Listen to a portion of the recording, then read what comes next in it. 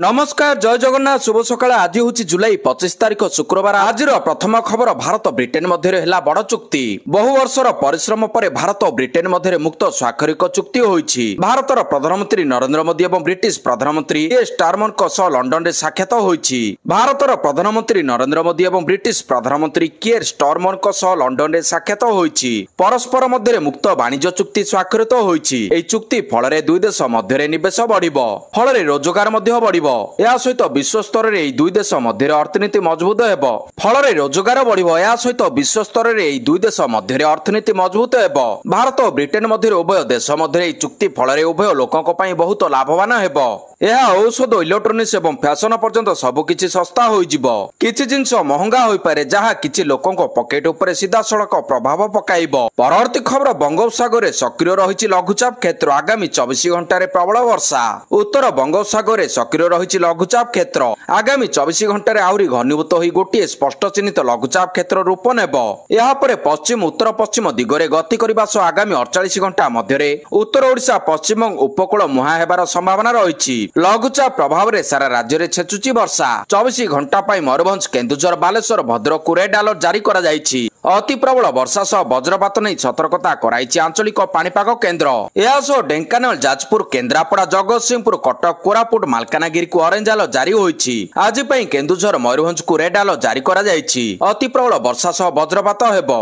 परवर्ती खबर मिलिला अनुमति, भारत आसिबे चीन पर्यटक। भारत आजिठारु चीन नागरिकों को पर्यटन भिसा देवा आरंभ करिछि। 5 वर्ष धरी लागि रहिथिबा प्रतिबंधक एबे हटाई दिया जायछि। चीन रे थिबा भारतीय दूतावास सोशल मीडिया प्लेटफॉर्म बेइबो एहार घोषणा करी भिसा आवेदन प्रक्रिया बाबद सूचना करछि। पोस्ट रे लेखा जायछि 24 जुलाई 2025 ठारु चीन नागरिक माने भारत परिदर्शन करिबा पई पर्यटन भिसा पई आवेदन करि परिबे।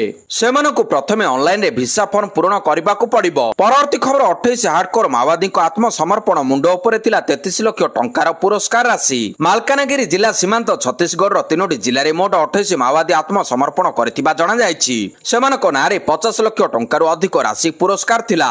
दंतेवाड़ा एसपी निकट में 15 माओवादी आत्मसमर्पण करथिबा बेले सुकमा एसपी निकट में 5 जन माओवादी आत्मसमर्पण करछंती। दंतेवाड़ा पुलिस एवं सीआरपीएफ जवान को प्रयास रे सफलता मिलिछि। परवर्ती खबर भारतर पड़ोशी देश में युद्ध आरंभ। मंदिर पर संघर्ष, सीमा रे गुली वर्षा। उग्र रूप नेलानी सीमा विवाद। थाईलैंड एवं कंबोडिया मध्य जोरदार संघर्ष। एही संघर्ष रे थाई सेनार 2 जन सैनिक आहत होइछंती। एही समय लंचर एवं अन्य भारी अस्त्रशस्त्र व्यवहार करा जायतिला। थाई सेना अभियोग करछि जे कंबोडिया ड्रोन साहाय्य आक्रमण करथिला।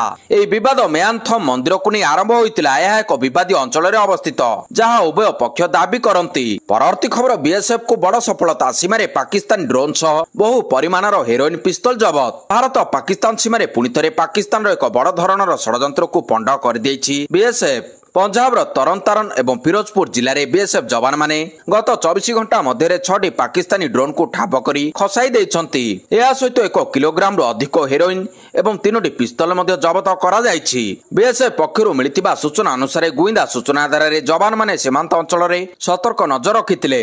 एही समय पाकिस्तान पटु भारतीय सीमा को प्रवेश करुथिबा ड्रोन गुडी को ठाब करा जायतिला। बीएसएफ रो एही सफलता पाकिस्तान रो निशा काराबार एवं आतंकवादी कार्यकलाप को एक बड़ झटका देइछि। परवर्ती खबर राज्य में 6566 नकली जॉब कार्ड हातेइबारे ओडिशा द्वितीय।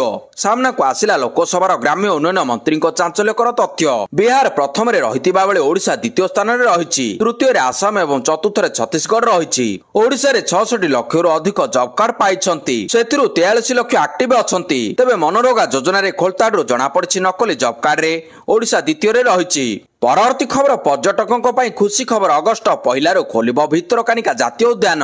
पर्यटकों पर खुशी खबर आसिला। अगस्ट 1 तारिख पर्यटकों पर खोलिब भितरकनिका जातीय उद्यान। दीर्घ 3 मास धरी बंद रहिबा परे भितरकनिका खोलुतिबारु पर्यटक बेस उत्साहित। पर्यटकों को स्वागत करिबा पई वन विभाग प्रस्तुति शेष पर्याय रे। कुंभीर प्रजनन पई भितरकनिका जातीय उद्यान मे 1 तारिख जुलाई 31 तारिख पर्यंत 3 मास धरी बंद रहितिला। एही समय प्रजनन पई बौला कुंभीर हिंस्र हेउतिबारु पर्यटक मानकु आक्रमण करिबार आशंका रहितिला। तेणु एहाकु दृष्टि रखी वन विभाग भितरकनिका को पर्यटक मानकु बारण करथिला। परवर्ती खबर केदारनाथ को 2टी मार्ग। केंद्रीय सड़क एवं परिवहन मंत्रालय केदारनाथ पर्यंत 7 किलोमीटर लंबा सुड़ंग निर्माण प्रस्तुति चलाइछि। आगामी 4 ରୁ 5 वर्ष केदारनाथ मंदिर को जीवार 2टी मार्ग खोलीजिब। तन्मध्यरु गोटे रास्ता सबु पाणीपागरे श्रद्धालु को सीधा मंदिर पर्यंत पहुंचाइब। ବର୍ତ୍ତମାନ ଗୌରୀକୁଣ୍ଡରୁ ରାମବାଡା ଲିଞ୍ଚୋଲି ହୋଇ କେଦାରଧାମ ପର୍ଯ୍ୟନ୍ତ ପାଦଚଲା ମାର୍ଗ 16 କିଲୋମିଟର ଲମ୍ବା ଅଛି। ସୁଡ଼ଙ୍ଗ ନିର୍ମାଣ ପରେ ଏହାର ଦୂରତା 5 କିଲୋମିଟର ହୋଇଯିବ। 2013 ଓ 2024 ଜୁଲାଇର ଦୁର୍ଘଟଣାରୁ ଶିକ୍ଷା ପାଇ କେନ୍ଦ୍ର ସରକାର କେଦାରନାଥ ମନ୍ଦିର ପର୍ଯ୍ୟନ୍ତ ନୂଆ ସୁରକ୍ଷିତ ରାସ୍ତା ନିର୍ମାଣର ଯୋଜନା ଉପରେ କାମ ଆରମ୍ଭ କରିଛନ୍ତି। ପରବର୍ତ୍ତୀ ଖବର ଆଦିବାସୀଙ୍କ ବିକାଶ ପାଇଁ ସରକାରଙ୍କ ଉଦ୍ୟମ। ଲୋକସଭା ଭବନଠାରେ ମୁଖ୍ୟମନ୍ତ୍ରୀ ମୋହନ ଚରଣ ମାଝୀ ଆଦିବାସୀ ମହାସଂଘ ଓଡ଼ିଶାର କର୍ମକର୍ତ୍ତା ଓ ସଦସ୍ୟମାନେ ଭେଟି ଆଦିବାସୀମାନଙ୍କ ବିଭିନ୍ନ ସମସ୍ୟା ଓ ସାମୂହିକ ବିକାଶ ସମ୍ପର୍କରେ ଆଲୋଚନା କରିଛନ୍ତି। ମହାସଂଘ ଆଦିବାସୀଙ୍କ ସାମୂହିକ କଲ୍ୟାଣ ପାଇଁ ବିଭିନ୍ନ ପ୍ରସ୍ତାବ ରଖିଛନ୍ତି। ବୈଠକରେ ମୁଖ୍ୟମନ୍ତ୍ରୀ କହିଛନ୍ତି ଯେ ଆଦିବାସୀମାନଙ୍କ ସର୍ବାଙ୍ଗୀନ ବିକାଶ ଆମ ସରକାରଙ୍କର ପ୍ରାଥମିକତା ରହିଛି। ପ୍ରଧାନମନ୍ତ୍ରୀ ଉଲ୍ଲେଖ କରିଥିବା ସମାଜର 4ଟି ବର୍ଗଙ୍କ ଭିତରେ ପ୍ରଥମରେ ଥିବା ଗରିବଙ୍କ ଭିତରେ ଆଦିବାସୀ ସମ୍ପ୍ରଦାୟ ମଧ୍ୟ ଅଛନ୍ତି। ପ୍ରଧାନମନ୍ତ୍ରୀ ଆଦିବାସୀଙ୍କ କଲ୍ୟାଣ ପାଇଁ ଅନେକ ଯୋଜନା କାର୍ଯ୍ୟକାରୀ କରିଛନ୍ତି। ଆମ ସରକାର ମଧ୍ୟ ଆଦିବାସୀମାନଙ୍କ କଲ୍ୟାଣକୁ ସର୍ବାଧିକ ଗୁରୁତ୍ୱ ଦେଉଛି। ଜୀବନ ଜୀବିକା ସହିତ ସେମାନଙ୍କ ଶିକ୍ଷାର ବିକାଶ ପାଇଁ ଅନେକ ପଦକ୍ଷେପ ଗ୍ରହଣ କରିଛି। ଆଦିବାସୀ ଅଞ୍ଚଳଗୁଡ଼ିକର ସାମଗ୍ରିକ ବିକାଶ ପାଇଁ ଖୁବ୍ ଶୀଘ୍ର ଉତ୍ତର ଓଡ଼ିଶା ବିକାଶ ପରିଷଦ ଓ ଦକ୍ଷିଣ ଓଡ଼ିଶା ବିକାଶ ପରିଷଦ ଗଠନ କରାଯାଉଛି। ପରବର୍ତ୍ତୀ ଖବର ହାଇକୋର୍ଟରୁ ମିଳିଲା ଜାମିନ। କଳାହାଣ୍ଡି ଜିଲ୍ଲା ଧର୍ମଗଡ଼ ଉପଜିଲ୍ଲାପାଳ ଧୀମନ ଚକମାକୁ ଗୁରୁବାର ହାଇକୋର୍ଟ ସର୍ତ୍ତମୂଳକ ଜାମିନ ପ୍ରଦାନ କରିଛନ୍ତି। ଫଳରେ ଆଇଏସ୍ ଚକମାକୁ ଏକ ବଡ଼ ଆଶ୍ୱସ୍ତି ମିଳିଛି। 5 ଲକ୍ଷ ଟଙ୍କାର 2 ଜାମିନଦାରଙ୍କ ବଦଳରେ ଆଇଏସ୍ ଚକମାକୁ ହାଇକୋର୍ଟ ଜାମିନ ପ୍ରଦାନ କରିଛନ୍ତି। ସୂଚନା ଯୋଗ୍ୟ ଧର୍ମଗଡ଼ର ପୂର୍ବତନ ଉପଜିଲ୍ଲାପାଳ ଆଇଏସ୍ ଧୀମାନ ଚକମା 10 ଲକ୍ଷ ଟଙ୍କା ଲାଞ୍ଚ ନେବା ବେଳେ ଭିଜିଲାନ୍ସ ଦ୍ୱାରା ଧରା ପଡ଼ିଥିଲେ। ପରବର୍ତ୍ତୀ ଖବର ଆଉ ରହିବନି ବିସିସିଆଇର ଦବଦବା। ଆରଟିଆଇର ପରିସରଭୁକ୍ତ ହେବ ବିଶ୍ୱର ଧନୀ କ୍ରିକେଟ ବୋର୍ଡ। କ୍ରୀଡ଼ାମନ୍ତ୍ରୀ ମନସୁଖ ମାଣ୍ଡବୀୟ ଲୋକସଭାରେ ଜାତୀୟ ଖେଳ ବିଧେୟକ ଉପସ୍ଥାପନ କରିଛନ୍ତି। ଖେଳ ସଂଘ ଗୁଡ଼ିକରେ ପାରଦର୍ଶିତା ଉତ୍ତରଦାୟିତ୍ୱ ଆଣିବା ପାଇଁ ସରକାର ଏହି ବିଧେୟକ ପାର୍ଲାମେଣ୍ଟରେ ଆଣିଛନ୍ତି। ସବୁଠାରୁ ବଡ଼ କଥା ହେଲା ଭାରତୀୟ କ୍ରିକେଟ କଣ୍ଟ୍ରୋଲ ବୋର୍ଡ ବିସିସିଆଇ ଏହି ବିଲ୍ ଅଧୀନରେ ଆସିବ। ଆଜି ଯାଏଁ ବିସିସିଆଇ ସରକାରଙ୍କ ନିୟନ୍ତ୍ରଣରେ ନଥିଲା, ଆର୍ଥିକ ଭାବରେ ସ୍ୱତନ୍ତ୍ର ଥିଲା। ତେବେ ଟି20 କ୍ରିକେଟ 2028 ଲସ୍ ଏଞ୍ଜେଲେସକୁ ଅଲିମ୍ପିକ୍ସରେ ସାମିଲ ହୋଇଛି। ଏହା ଫଳରେ ବିସିସିଆଇ ଔପଚାରିକ ଭାବେ ଅଲିମ୍ପିକ୍ସ ଆନ୍ଦୋଳନର ଅଂଶ ମଧ୍ୟ ବନିଛି। ଏହି ସମୟରେ ବିସିସିଆଇକୁ ପ୍ରଶାସନିକ ଢାଞ୍ଚା ମଧ୍ୟକୁ ଆଣିବା ସରକାରଙ୍କ ପାଇଁ ଅନିବାର୍ଯ୍ୟ ହୋଇପଡ଼ିଛି। ପରବର୍ତ୍ତୀ ଖବର ଐତିହାସିକ ସଫଳତା ହାସଲ କଲା ଭାରତ। ସମୁଦ୍ରର 6000 ମିଟର ତଳକୁ ଯାଇପାରିବ ମଣିଷ। ମହାକାଶ ପରେ ଏବେ ଗଭୀର ସମୁଦ୍ରରେ ରାଜ କରିବ ଭାରତ। ଗଭୀର ସମୁଦ୍ରର 6000 ମିଟର ତଳକୁ ଯାଇପାରିବ ମଣିଷ। ଐତିହାସିକ ସଫଳତା ହାସଲ କରିଛି ଭାରତ। ଭାରତୀୟ ମହାକାଶ ଗବେଷଣା ସଂଗଠନ ଇସ୍ରୋ ମତ୍ସ୍ୟ 6000 ନାମକ ଏକ ସମୁଦ୍ର ଯାନ ସଫଳତାର ସହିତ ବିକଶିତ କରିଛି। ଏହି ସମୁଦ୍ର ଯାନ ସମୁଦ୍ର ପୃଷ୍ଠରୁ 6000 ମିଟର ବା 6 କିଲୋମିଟର ତଳକୁ ମଣିଷକୁ ନେଇପାରିବ।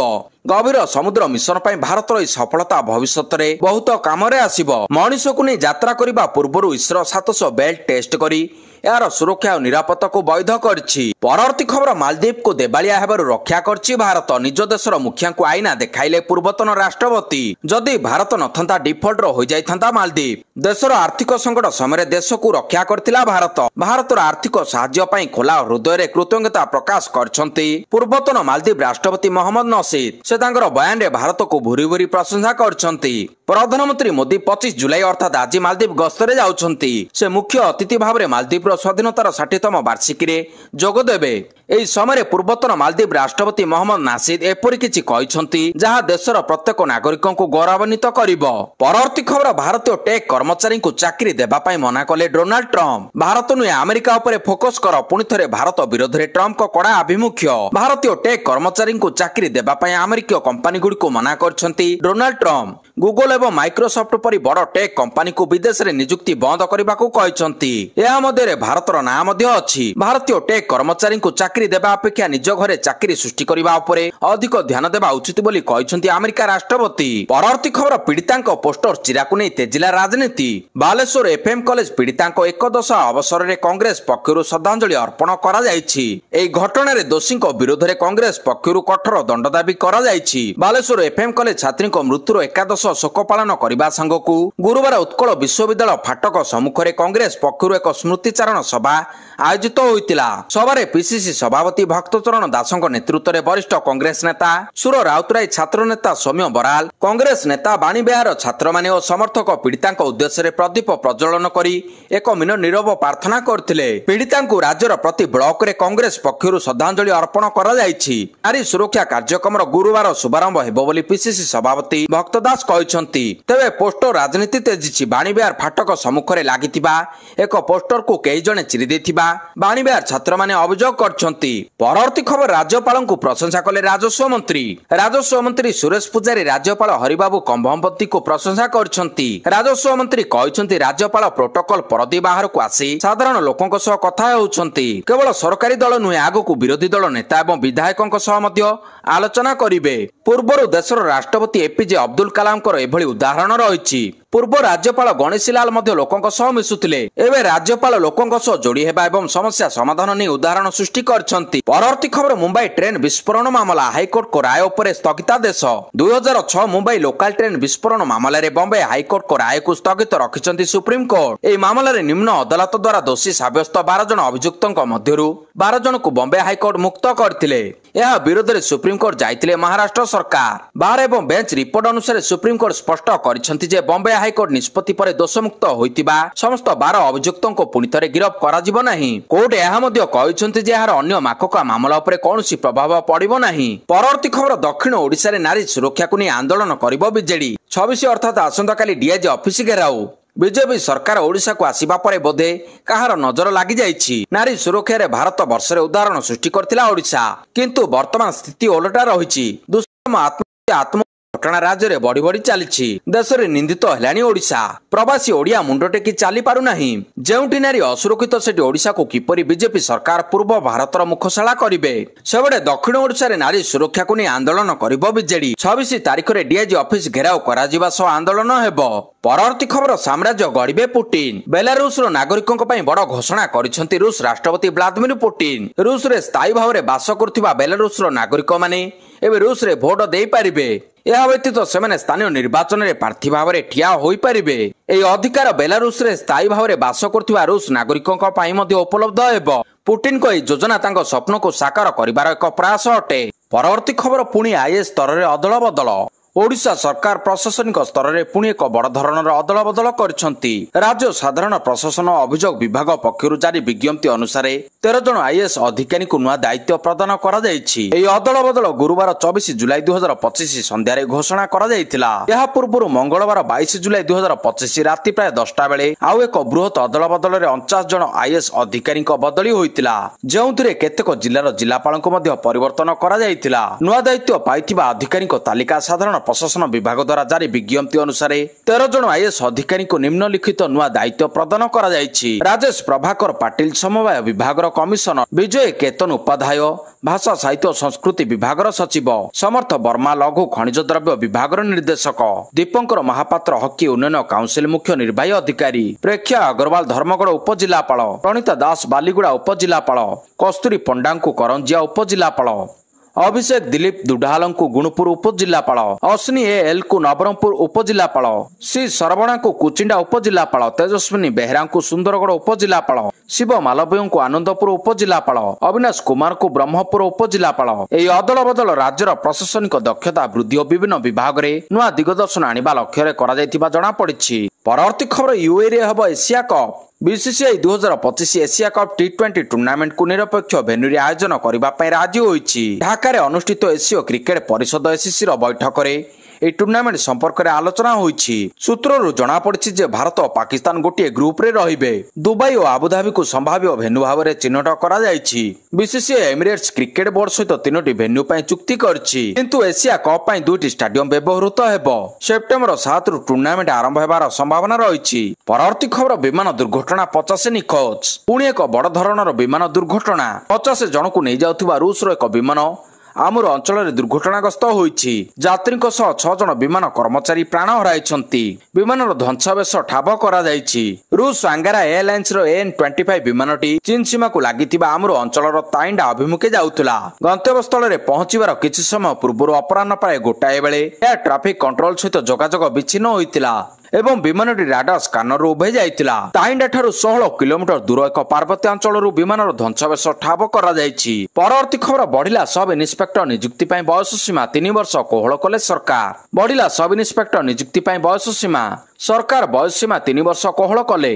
ଓଡ଼ିଶା ପୋଲିସରେ ସବ୍ ଇନ୍ସପେକ୍ଟର ନିଯୁକ୍ତି ମାମଲା ସର୍ବାଧିକ ବୟସ ସୀମା 3 ବର୍ଷ ପାଇଁ କୋହଳ କଲେ ସରକାର। ଏନେଇ ହାଇକୋର୍ଟକୁ ଅବଗତ କଲେ ଆଡଭୋକେଟ୍ ଜେନେରାଲ। କେବଳ ହାଇକୋର୍ଟଙ୍କ ଦ୍ୱାରସ୍ଥ ହୋଇଥିବା ଆବେଦନକାରୀଙ୍କ କ୍ଷେତ୍ରରେ ଏହା ଲାଗୁ ହେବ। ରାଜ୍ୟ ସରକାର 2025 ଜାନୁଆରୀ 17 ତାରିଖରେ ବୟସ ସୀମା 3 ବର୍ଷ କୋହଳ ନେଇ ବିଜ୍ଞପ୍ତି ପ୍ରକାଶ କରିଥିଲେ। କେତେକ ପ୍ରାର୍ଥୀ ବୟସ ସୀମା କୋହଳ ନେଇ ପିଟିସନ ଦାୟର କରିଥିଲେ, ଯାହାକୁ ସରକାର 2018ରେ ସ୍ଥଗିତ କରିଦେଇଥିଲେ। ପରବର୍ତ୍ତୀ ଖବର, ସଡ଼କ ଦୁର୍ଘଟଣାରେ ପ୍ରତି ଘଣ୍ଟାକରେ 6 ଜଣଙ୍କର ଜୀବନ ଯାଉଛି। କେନ୍ଦ୍ର ସଡ଼କ ପରିବହନ ଏବଂ ରାଜପଥ ମନ୍ତ୍ରୀ ନୀତିନ ଗଡକରୀ ରାଜ୍ୟସଭାରେ କହିଛନ୍ତି ଯେ 2025 ବର୍ଷର ପ୍ରଥମ 6 ମାସ ଜାନୁଆରୀରୁ ଜୁନ୍ ମଧ୍ୟରେ ସାରା ଦେଶରେ ଜାତୀୟ ରାଜପଥରେ 26,770 ଜଣଙ୍କ ମୃତ୍ୟୁ ହୋଇଛି। ସେହି ସମୟରେ 2024 ମସିହାରେ ରାଜପଥରେ 52,609 ଗୁରୁତର ଦୁର୍ଘଟଣା ରେକର୍ଡ କରାଯାଇଥିଲା। ଦୁର୍ଘଟଣା ରୋକିବା ପାଇଁ ସରକାର ଏଟିଏମ୍ ସଡ଼କ ସୁରକ୍ଷା ଅଡିଟ୍ ଏବଂ କଠୋର ଟ୍ରାଫିକ୍ ନିୟମ ଲାଗୁ କରିଛନ୍ତି। ଏହା ସହିତ ଜନସଚେତନା ଅଭିଯାନ ମଧ୍ୟ ଚାଲିଛି। କେନ୍ଦ୍ରୀୟ ମନ୍ତ୍ରୀ ନୀତିନ ଗଡକରୀ କହିଛନ୍ତି ଭାରତୀୟ ଜାତୀୟ ରାଜପଥ ପ୍ରାଧିକରଣ କିଛି ବ୍ୟସ୍ତବହୁଳ ଏବଂ ଗୁରୁତ୍ୱପୂର୍ଣ୍ଣ ରାଜପଥ ଏବଂ ଏକ୍ସପ୍ରେସ୍ ୱେରେ advanced traffic management system ATM ସ୍ଥାପନ କରିଛି। ଏଥିରେ ଦିଲ୍ଲୀ ମେରଠ ଏକ୍ସପ୍ରେସ୍ ୱେ, ପୂର୍ବ ପେରିଫେରାଲ ଏକ୍ସପ୍ରେସ୍ ୱେ ଏବଂ ଦିଲ୍ଲୀ ମୁମ୍ବାଇ ଏକ୍ସପ୍ରେସ୍ ୱେ ଭଳି ରୁଟ୍ ଅନ୍ତର୍ଭୁକ୍ତ ରହିଛି। ପରବର୍ତ୍ତୀ ଖବର, ଚତୁର୍ଥ ଟେଷ୍ଟ 358 ରନରେ ଭାରତ ଅଲ୍ ଆଉଟ୍। ଆଘାତ ପାଦରେ ବ୍ୟାଟିଂ କଲେ wicket keeper batter Rishabh Pant. Pant ଅର୍ଦ୍ଧଶତକ କରିବା ଫଳରେ ଭାରତୀୟ ଦଳ ଚତୁର୍ଥ ଟେଷ୍ଟର ପ୍ରଥମ ପାଳିରେ 358 ରନ୍ କରି ଅଲ୍ ଆଉଟ୍ ହୋଇଛି। ଇଂଲଣ୍ଡ ବିପକ୍ଷରେ ପ୍ରଥମେ ବ୍ୟାଟିଂ କରିଥିବା ଟିମ୍ ଇଣ୍ଡିଆ ପକ୍ଷରୁ ଓପନର ଯଶସ୍ୱୀ ଜୟସାଲ 58, କେଏଲ୍ ରାହୁଲ 46 ଏବଂ ସାଇ ସୁଦର୍ଶନ 61 ରନ୍ କରିଥିଲେ। ବ୍ୟାଟିଂ କରିବା ବେଳେ ପାଦରେ ଆଘାତ ଲାଗିଥିବା ପନ୍ତ ଷଷ୍ଠ ୱିକେଟ୍ ପଡ଼ିଯିବା ପରେ ବ୍ୟାଟିଂ କରିବାକୁ ଆସି 54 ରନ୍ ସ୍କୋର କରିଥିଲେ। ଅନ୍ୟମାନଙ୍କ ମଧ୍ୟରେ ଶାର୍ଦୁଲ ଠାକୁର 41, ୱାଶିଂଟନ ସୁନ୍ଦର 27 ରନ୍ ସ୍କୋର କରିଥିଲେ। ଇଂଲଣ୍ଡ ପକ୍ଷରୁ ଅଧିନାୟକ ବେନ୍ ଷ୍ଟୋକ୍ସ 72 ରନ୍ ଦେଇ 5ଟି ୱିକେଟ୍ ଏବଂ ଜୋଫ୍ରା ଆର୍ଚର 3ଟି ୱିକେଟ୍ ନେଇଛନ୍ତି।